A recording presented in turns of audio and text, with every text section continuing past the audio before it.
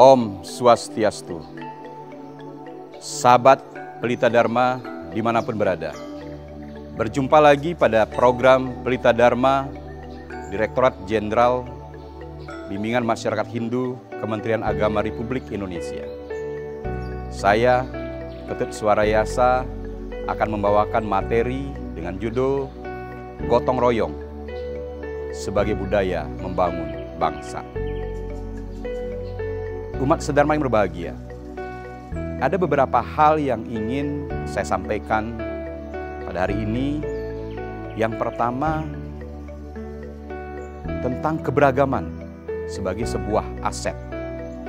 Yang kedua, tentang pluralisme. Yang ketiga, sudut pandang Hindu tentang pluralisme. Dan yang keempat, gotong royong sebagai perekat bangsa. Umat sedharma yang berbahagia, bangsa Indonesia sebagai sebuah negara besar terdiri dari ribuan pulau. Data menunjukkan hampir 17.000 pulau, 11.000 diantara sudah ditempat. Ada lebih kurang 300-an lebih suku dan 700-an lebih bahasa. Kita sangat majemuk. Keberagaman ini di satu sisi bisa menjadi kelemahan kita. Itulah yang dipakai dulu oleh para penjajah kita, memanfaatkan keberagaman sebagai kekuatan mereka dengan mengadu domba kita, memecah belah kita. Hal ini disadari betul oleh para founding father kita. Itu sebabnya dalam lambang negara Republik Indonesia burung Garuda ada slogan Bhinneka Tunggal Ika. Berbeda-beda tetapi tetap satu jua. Kita menyadari bahwa kita berbeda, tapi ada satu persamaan yang merekatkan kita. Dan nilai yang membangun merekatkan kita adalah nilai-nilai persaudaraan. Nilai-nilai ini sudah ada dan tumbuh berkembang di tengah-tengah masyarakat.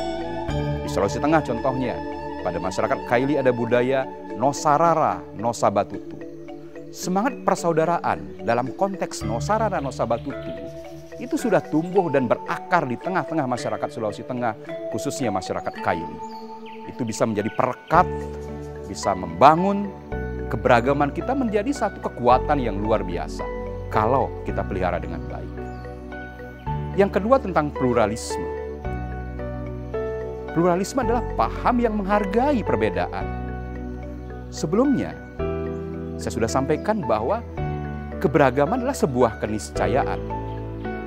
Dan kita menyadari bahwa setiap manusia memang berbeda. Itu sebabnya kita harus senantiasa memberikan penghormatan terhadap adanya keberagaman itu. Bagaimana caranya?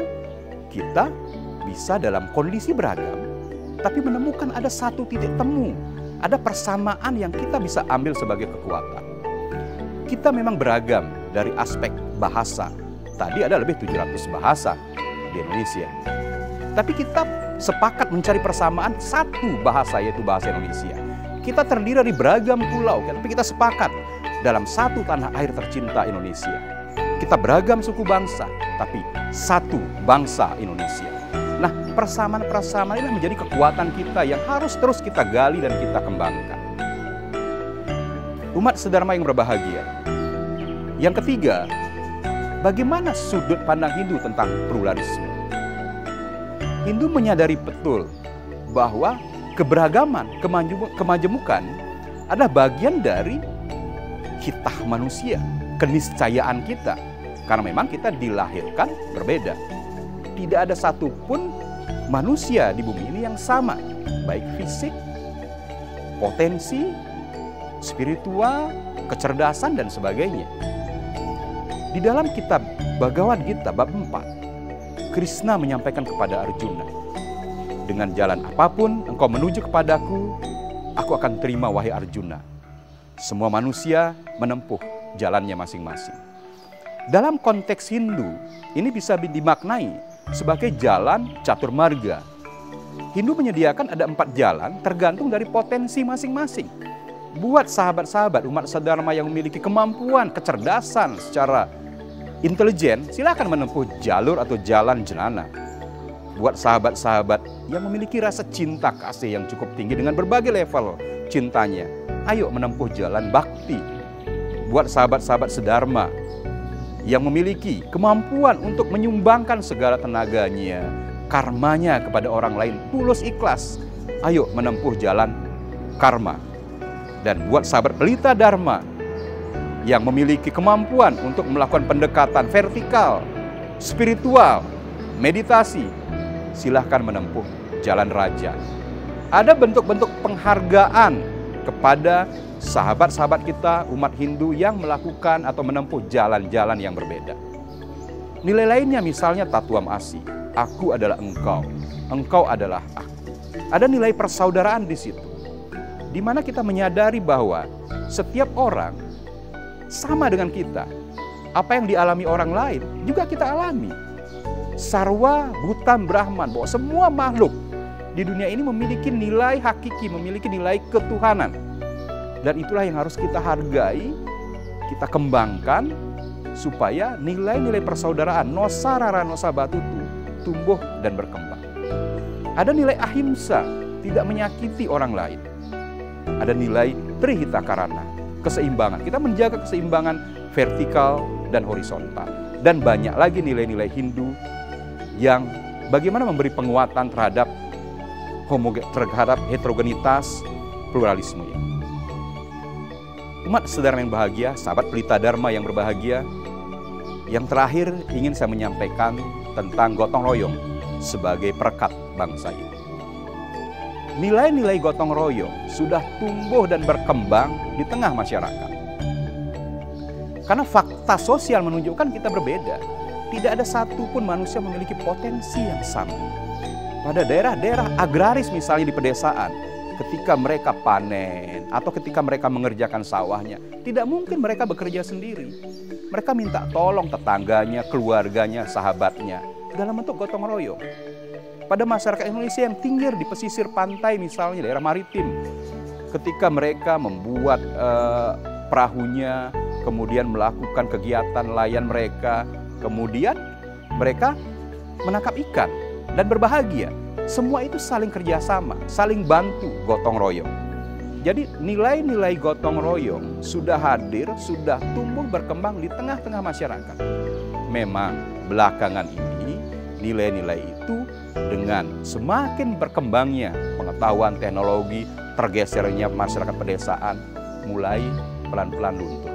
Tapi ada dua momen belakangan ini yang membuat nilai-nilai kegotong royongan itu dibangkitkan kembali, diingatkan kembali. Momen pertama, bencana Palu 2018, September 2018. Kebetulan saya berada di tengah-tengah bencana itu. Kami menyadari betul bahwa masyarakat Kota Palu tidak mungkin bisa melakukan kerja sendiri, tidak mungkin bangkit sendiri. Mustahil kami mendapatkan makanan tanpa disupport oleh sahabat-sahabat kita dari luar Palu. Mustahil kita mendapatkan BBM, air minum pada saat itu kalau tidak dibantu oleh keluarga kita dari daerah yang lainnya.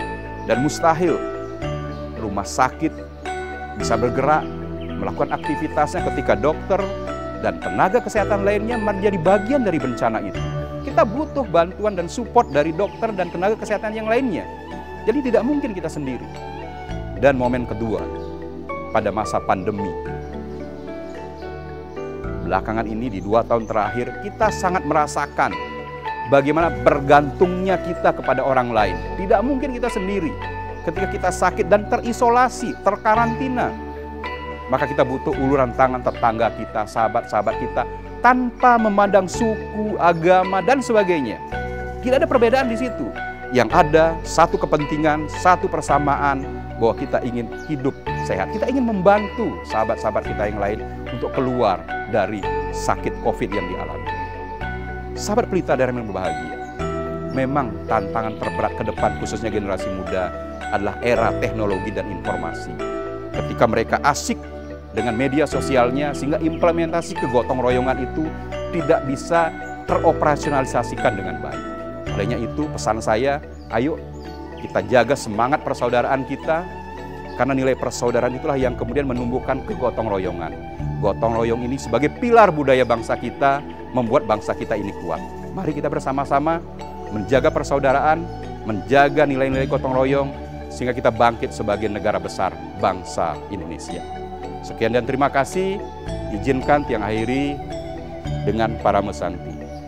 Om Santi, Santi, Santi, Om. Terima kasih.